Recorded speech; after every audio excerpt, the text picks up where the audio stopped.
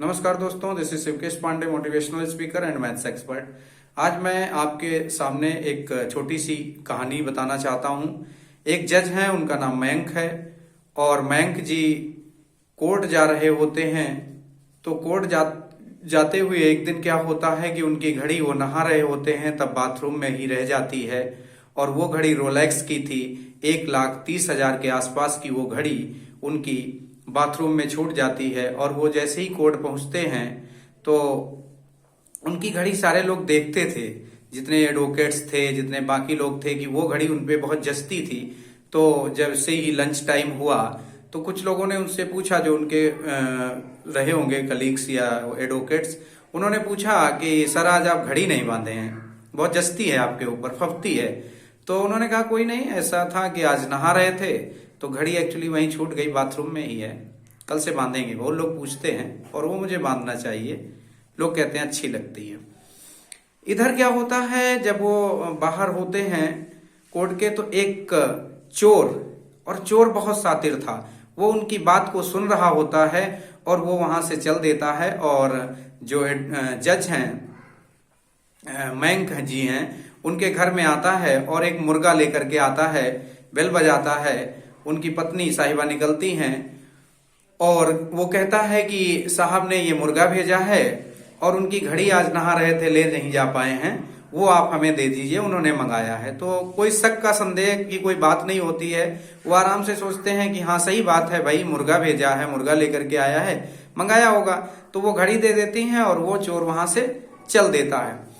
अब क्या होता है कि मयंक जी जब शाम में आते हैं, उनको भी जल्दबाजी है घड़ी को लेकर के, कहीं ना कहीं सोच रहे हैं कि आज घड़ी नहीं बांध के गए। तो आते ही वो पूछते हैं कि घड़ी हमारी मिली थी, वो जो मैंने रखी थी बाथरूम में छूटी थी, मिली थी अपनी वाइफ से, ऐसे कहते हैं। वाइफ कहती घड़ी घड़ी तो आपने मंगाई थी, एक आदमी आया था और मुर्गा आपने भेजा था, आपको याद नहीं? तो उन्होंने कहा चलो ठीक है, जज आदमी बहुत सारी उलझनों में होता है, बहुत सारी चीजें उसके चलती हैं, सराउंडिंग्स, तो वो सोचते हैं और जोर डालते हैं अपने दिमाग में, कहते हैं नहीं भाई हमने किसी से मंगाई नहीं है। तो अब उनको ध्यान आता है कि अरे ये क्या हुआ।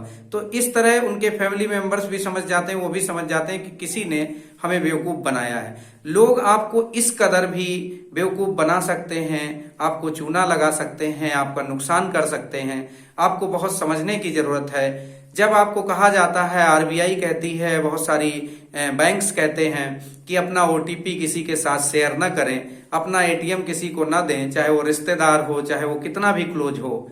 अगर आप अपने मोबाइल में वीडियो चलाते हैं, एटीएम जो एप्स हैं वो यूज करते हैं, लाइक गूगल ऐप, अमेजॉन का जो पेटीएम है ऐप है, अमेजॉन ऐप है, इन ऐप्स को चलाते हैं तो आप उनको दूसरे लोगों को, अपने फ्रेंड्स को भी, चाहे जितना क्लोज हो, वीडियो देखने के लिए भी ना दें, नहीं तो आपका नुकसान हो सकता है। लेकिन आप सोचते हैं अरे ये तो खास है, ये हमारा क्या करेंगे, ये तो हमारे अपने हैं, लेकिन फिर आपका नुकसान होता जाता है। और इस तरह से फिर आप जो होता है एटीएम की विश्वसनीयता और लोकप्रियता पे सवाल खड़े करते हैं। इस तरह से एक ग्रामीण परिवेश में जब मैसेज आता है कंपनी की तरफ से कि एक नंबर की बटन दबाएं, एक गाना बजता है और कहा जाता है कि इस अगर हेलो ट्यून को आपको लेना है तो एक नंबर की बटन दबाएं, लेकिन हमारे ग्रामीण भाई एक नंबर की बटन नहीं दबाते हैं, लेकिन उसको डिस्कनेक्ट करने के लिए रेड बटन भी नहीं दबाते हैं। वो क्या करते हैं, 2 दबाते हैं, कहते हैं 2 दबा के देखते हैं। हमारे यहाँ ऐसा एक फैशन बन गया, एक ऐसा समझ है कि कहते हैं 2 दबा के देखते हैं होता है क्या।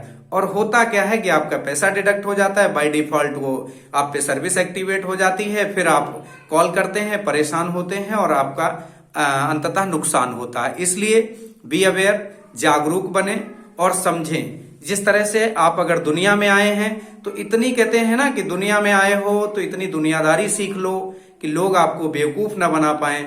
आपके पास ब्रेन बहुत अच्छा है, बस थोड़ा सा उसको शेप देने की जरूरत है, डायरेक्शन देने की जरूरत है।